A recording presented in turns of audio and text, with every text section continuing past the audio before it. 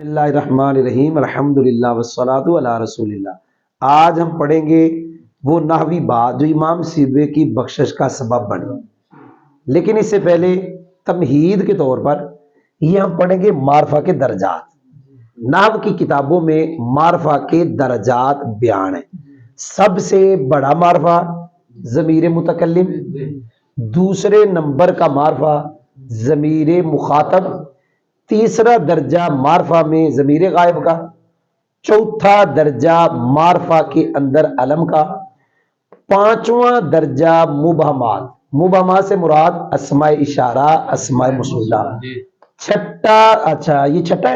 چھٹا درجہ معرف باللام کا۔ پہلے نمبر پہ یہ ہے بڑا معرفہ جس کو کہتے ہیں، دوسرے نمبر کا بڑا معرفہ، تیسرے نمبر، چوتھے نمبر، پانچواں، چھٹا، ساتواں نمبر ہے معرف بالندا کہ جو یا کی وجہ سے معرفہ۔ جی یہ ہے المضاف فی قوت المضاف الیہ۔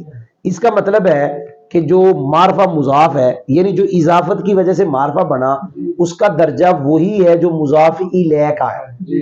اگر ہے غلامنا تو یہ سب سے بڑا معرفہ، اگر ہے غلامو کا یہ دوسرے نمبر کا، تو یہ معرفہ کے درجات ہیں۔ نحو کی کتابوں میں اس کو کہا گیا سب سے بڑا معرفہ، دوسرے نمبر کا، تیسرے نمبر کا۔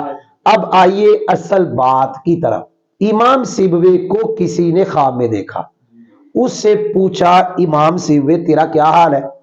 امام سیبوی نے کہا کہ غفر لی ربی، میرے رب نے مجھے بخش دیا۔ دیکھنے والے نے، جس نے خواب میں دیکھا تھا، کہا بھی ای شیء غفر لکا، یہ بتا اللہ نے تجھے کس شے کی وجہ سے بخشا؟